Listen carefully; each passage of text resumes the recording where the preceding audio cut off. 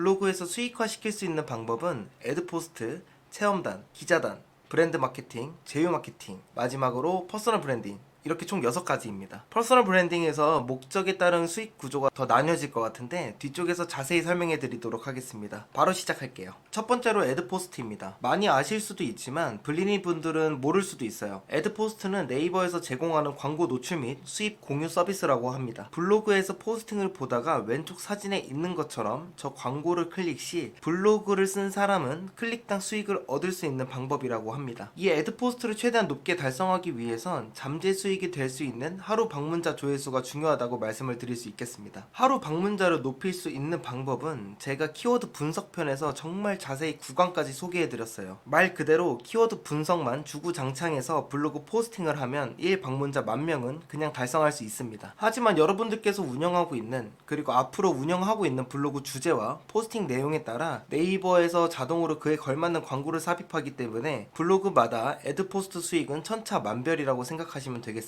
수익은 천차만별일지라도 사실 그렇게 애드포스트는 큰 수익을 얻을 수가 없습니다. 제가 말씀드린 큰 수익 기준은 내가 시간을 투자한 것 대비에 대한 수익입니다. 결국 기회비용이라는 것이에요. 제가 영상마다 기회비용에 대해 엄청 많이 이야기하고 있어요. 앞으로도 그럴 것이고요. 만약에 구독자분들께서 애드포스트 하나 목적으로 블로그로 진행을 한다 하시면 저는 비추를 드리겠습니다. 다음으로 넘어갈게요. 두 번째로는 체험단 및 제품 협찬입니다. 말 그대로 무료로 제품을 받아 블로그 내용을 써줌으로써 소비 절약형 수익 구조라고 생각하면 될 것 같아요. 먼저 결론부터 말씀을 드리면 이건 결국 무료로 받는 것이기 때문에 내 통장으로 수익이 발생하지 않는다는 뜻입니다. 저 경우는 자신이 원하는 제품이 있고 블로그를 쓰는 시간 대비 자신이 만족할 만한 제품을 받는다면 나름 괜찮다고 생각을 합니다. 체험단 및 제품 협찬의 경우는 각각의 사이트에서 신청을 하실 수 있습니다. 블로그를 하고 있고 1 방문자 100명 정도 이상이 된다면 어느 정도 쉽게 체험단에 선정이 될 수 있어요. 가장 쉽게 소비 절약형 블로그에서 수익을 달성할 수 있다고 생각하시면 될 것 같습니다. 체험단 느낌으로 블로그를 운영하고 싶으시다면 이 반대로 자신의 블로그 주제를 체험단에 맞게 운영하는 것이 중요해요. 블로그를 운영하기 전에 꼭 체험단 사이트에 들어가서 어떤 제품이 있고 내가 원하는 것이 있는지 확인하신 다음 블로그 주제에 맞게 운영하시면 더 빠르게 협찬을 받으실 수 있으실 겁니다. PPT 자료엔 5개 주제밖에 없긴 하지만 읽어보시고 이런 느낌으로 총 31가지의 주제 중 하나의 주제로 여러분께서 운영했을 때 협찬을 받을 수 있다고 생각하시면 됩니다. 세 번째로는 기자단입니다. 해봤는데요. 제 기준에서는 기회비용에 있어서 손해라고 판단했습니다. 하지만 블리니 분들이나 기자단 피드백을 받고 싶은 분들이시라면 한두 번쯤은 해보시는 것을 추천드립니다. 기자단이랑 각 사업체에 원하는 블로그 글을 직접 써주고 건당 비용을 받는 것이라 생각하면 됩니다. 평균적으로 건당 7,000원에서 만원 정도라고 생각하시면 되고 현재 시급이 2024년도 기준으로 9,860원이니까 자신이 30분 내에 원고 작성을 하실 수 있는 분들이라면 추천을 드리겠습니다. 자, 여기서 30분 내에 챗 GPT로 블로그 글을 쓰면 개꿀 아니에요? 하시는 분들 분명히 있을 거예요. 제가 사이트 링크 댓글에 걸어두었어요. 원고 작성 모집에 대해 한번 쭉 보시길 바랍니다. 대부분 원고 작성 유의사항에 챗 GPT 짜집기 금지가 다 들어가 있어요. 챗 GPT를 많이 써보신 분들은 알겠지만 챗 GPT로 블로그 글을 쓰면 AI로 썼다는 것이 다 티가 나요. 그렇게 원고 작성에 있어 챗 GPT를 쓰더라도 수정은 다 거쳐야 합니다. 제가 정말 챗 GPT를 잘 쓰는 편인데 제 기준 1만원을 받고 원고 작성 시 글을 수정하고 원고 작성을 마무리를 하는데 30분 정도 걸린 것 같아요. 이거는 쉽지 않겠죠. 네 번째, 브랜딩 블로그입니다. 전문직 기업, 중소기업, 소상공인 등 사업주님 경우에 해당되는 사항입니다. 자신의 원하는 블로그 포스팅이 상위 노출만 된다면 정말 훌륭한 마케팅 수단 중 하나라고 생각을 합니다. 여러 고객 타겟층에 따라 수익은 매우 달라질 수 있으며 블로그 한 개의 포스팅만 제대로 상위 노출에 걸린다면 운영하고 있는 직종의 수익은 무시할 수 없는 수준으로 수직 상승이 가능한 구도입니다. 하지만 제대로 블로그를 운영하지 않는다면 시간 낭비일 뿐더러 수익은커녕 오히려 수익 감소로 이어질 수 있는 부분이기도 합니다. 제가 이걸 말씀드리는 이유는 블로그 연매장 또는 지인이 하거나 어쨌든 해야 한다는 생각에 블로그를 막 하지 말라는 것입니다. 온라인 쪽에서는 제대로 허점 하나만 잡혀도 매출에 있어 큰 타격을 받을 수 있다는 점을 명심하시길 바랍니다. 블로그로 하나의 매장을 자기 스스로 홍보하는 것은 쉽지 않은 거 저도 알고 여러분도 알고 있을 것이라 생각해요. 대행을 맡기는 부분도 금액적인 부담과 이게 진짜 홍보가 되는지 알 수도 없는 상황에서 투자를 해야 된다는 부분도 제대로 알고 있습니다. 저 같은 경우엔 약 1,300명 정도의 사업주 분들 그리고 기업 담당자분들을 만나보고 컨설팅을 진행해봐서 알고 있어요. 그 고충들을요. 그래서 저는요, 이 온라인 브랜딩 마케팅 컨설팅을 진행을 할 때 꼭 진행하는 부분이 있습니다. 여기 있는 내용들을 사업주 운영 직종에 맞춰서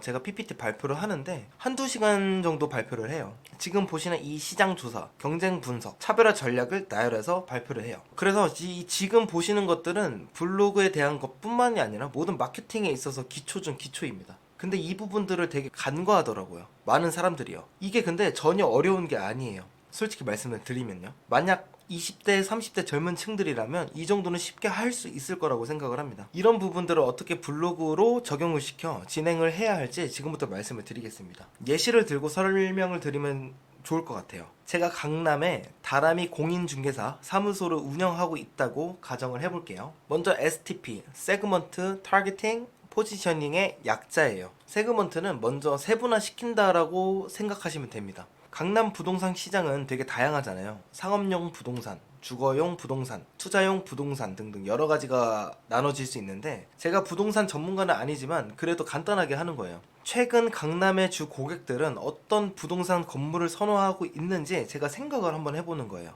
그래서 만약에 제가 주거용 부동산에 초점을 가지고 있다고 판단을 하면 당연히 이 상권에 맞춰서 주거용 부동산에 관련해서 블로그 글을 써야 한다는 거예요. 이게 먼저 세분화 단계라고 생각하면 되세요. 다음 타겟팅. 이 세분화시킨 주거용 부동산 관련해서 고객 타겟을 정하는 겁니다. 당연히 아파트나 빌라를 찾는 사람들을 대상으로 블로그를 적어야 되겠죠. 멋지고 재밌고 자세하게 말이죠. 마지막으로 포지셔닝. 나는 이 블로그 하나로 하나의 다람이 부동산 전문가가 되겠다고 목표를 잡는 거예요. 이 웹상에서요. 그러면 뭘 써야 될까요? 여기서 키워드 분석을 통해 주거용 부동산 관련 글을 작성하면 되는 거예요. 아니면 이슈성 키워드로 블로그 글을 잘 녹이면 된다는 것입니다. 제가 키워드 분석을 다룬 거 다 보시면 될 것 같아요. 그럼 감이 잡히실 거예요. 그리고 나서 블로그 글을 쓸 때 강남 아파트나 빌라를 찾는 사람들의 니즈가 뭘까 고민을 하면서 정보성 포스팅을 하는 거예요. 추가적으로 그 사람들이 돈이 될 수 있을 만한 정보성 글 포스팅까지 연결하는 겁니다. 저 이것도 주제 1강에서 말씀을 드렸어요. 꼭 봐주시면 감사하겠습니다. 다음 수업 분석.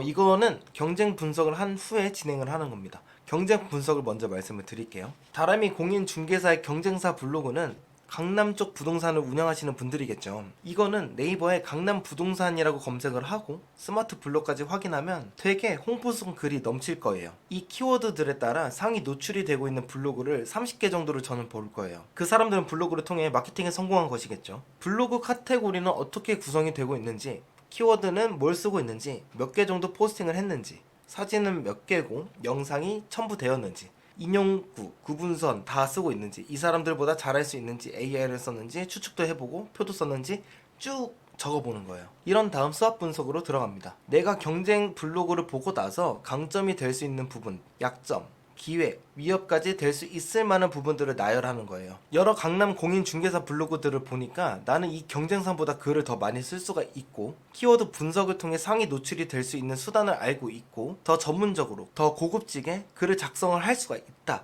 이거는 강점이죠. 근데 강남 쪽 주거용 부동산은 이게 사실 비싸잖아요. 한정된 소비자층이 형성되다 보니까 이 부분은 단점으로 적용이 될 수 있겠죠. 기회 같은 경우에는 다람이 사업주, 제가 알고 보니까 인스타그램을 하고 있던 거예요. 부동산 관련해서요. 이거를 어떻게 연계를 시킬까 고민을 하면서 만약 인스타에서 보유를 하고 있는 고객층을 블로그로 연결시킬 수 있는 기회로 적용시킬 수 있겠죠. 마지막, 위협. 너무 경쟁사 블로그가 많아 과포화 상태고 네이버 알고리즘도 바뀔 수도 있고 알고 보니까 저는 AI를 활용해서 글을 많이 쓰는데 네이버에서 갑자기 막을 수도 있잖아요. 이럴 때를 위협이라고 합니다. 이렇게 나열을 하는 거예요. 내가 알아보기 쉽게 말이죠. 이런 STP, 스왓 정도는 기본적으로 하고 나서 내가 만약 블로그를 운영할 때 브랜드화 시키기 위해서 차별화 전략까지 세우는 거예요. 템플릿을 남들과 다르게 만들어 눈에 확 띄게 만들거나 이 사람들보다 더욱 전문성 있게 키워드를 찾고 데이터화 시켜서 최종적으로 나의 경험을 녹여 돈 되는 정보성 포스팅으로 스토리텔링형 다람이 공인중개사 블로그 운영을 한다면 이건 브랜드 마케팅 블로그로서 남들보다 더 빠르게 성공할 수 있습니다. 또는 수업 분석을 했는데 강점보다 약점,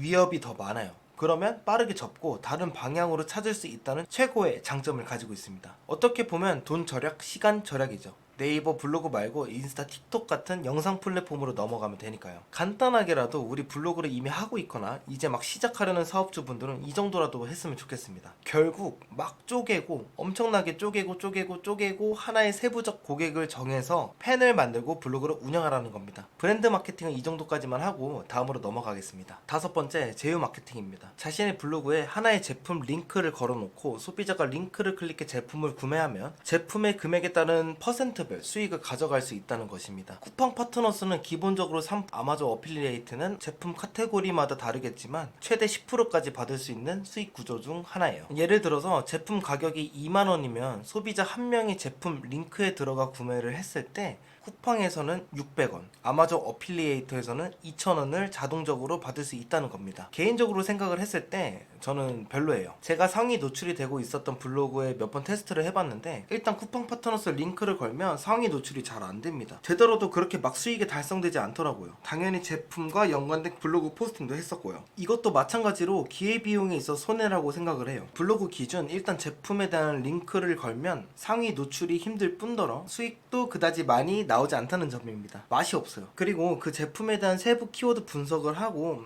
AI로 글을 작성을 해서 수정하는 작업이 꽤 오래 걸렸고요. 쿠팡 파트너스나 아마존 어필리에이트 링크를 걸면 네이버가 경쟁 업체인이 싫어해서 상위 노출을 안 해준다고 소문이 많이 돌고 있잖아요. 제가 이런 거 잘 안 믿고 참고만 하지만 이 부분은 개인적으로 맞다고 생각이 듭니다. 마지막인 퍼스널 브랜딩으로 넘어갈게요. 이 퍼스널 브랜딩은 개인이 자신의 전문성, 가치, 신념, 강점 이런 것들을 통해서 자신의 브랜드를 만드는 과정을 뜻해요. 나만의 가치를 차별화시켜서 블로그로 명확하게 전달하는 것을 목표로 합니다. 나만의 온라인 캐릭터를 제대로 형성시키는 것이라 생각하면 될 것 같아요. 하나의 정체성을 형성시켜야 빠르게 수익을 창출할 수 있는 지름길입니다. 그래서 하나의 주제로 블로그를 명확하게 운영하여 최종 수익에 대한 목적을 달성하기 위해 앞으로 치고 나아가야 합니다. 여러분들께서 월 1,000만원을 벌고 싶은데 앞서 말한 브랜드 마케팅을 제외하고 나머지 하나씩의 목적을 가지고만 블로그 운영을 한다면 월 1,000만원은 안 되고요. 월 100만원도 못 벌 확률이 큽니다. 그냥 부업 느낌으로 하신다면 상관이 없어요. 하지만 제대로 월 1,000만원을 달성하려면 월 100만원 이상을 달성하려면 자신만의 퍼스널 브랜딩이 필요합니다. 블로그 자체 퍼스널 브랜딩으로 성공시킨다면 앞서 말한 수익 구조 모두 달성을 할 수가 있고 추가적으로 원고 작성, 나아가 자신만의 지식 판매로 정말 큰 수익을 달성을 할 수가 있습니다. 여기서 원고 작성은 기자단, 협찬과 다릅니다. 기업체로부터 한 개의 광고성 블로그 포스팅으로 원고료가 기본 약 5만원부터 시작해서 최대 40만원까지도 받을 수 있는 수익 구조라 생각을 하시면 됩니다. 다음으로는 지식 판매. 이것은 자신만의 지식을 말 그대로 판매한다고 생각하시면 될 것 같아요. 저로 예를 들자면 저는 제 지식을 바탕으로 현재 기업 온라인 퍼스널 브랜딩 및 브랜드 마케팅 컨설팅 교육을 담당을 하고 있습니다. 말 그대로 제 지식을 바탕으로 컨설팅을 판매를 하고 있어요. 또한 앞으로 다른 분야 쪽으로 나아가기 위한 발판을 준비 중이기도 하고요. 정말 블로그를 잘하고 싶으시고 하나의 수익 파이프라인을 구축하고 싶으시다면 퍼스널 브랜딩으로 나아가야 됩니다. 제가 예전에 영상에서 말씀을 드린 적이 있어요. 온라인 분야의 하나의 레카가 되라고요. 유료 강의, 교육을 받은 것들을 통해 그대로 따라가지 않고 최소 저 사람처럼은 되어야 되겠다고 목표를 세워야 됩니다. 예를 들어서 만약에 블로그 유료 강의를 들었어요. 내용이 좋아요. 엄청 대단해. 그런데 이걸 내 블로그에 적용시켜야겠다. 이게 아니라 저 강사는 자신의 블로그를 통해 어떻게 수강생을 모았고 이 지식 판매로 얼마나 벌었을까? 수강생이 지금 50명 정도 왔고 비용이 50만원 정도 하니까 2,500만원에서 저 사람이 실제로 가져가는 수익은 얼마일까? 다람이는 왜 이 유튜브를 하는 걸까?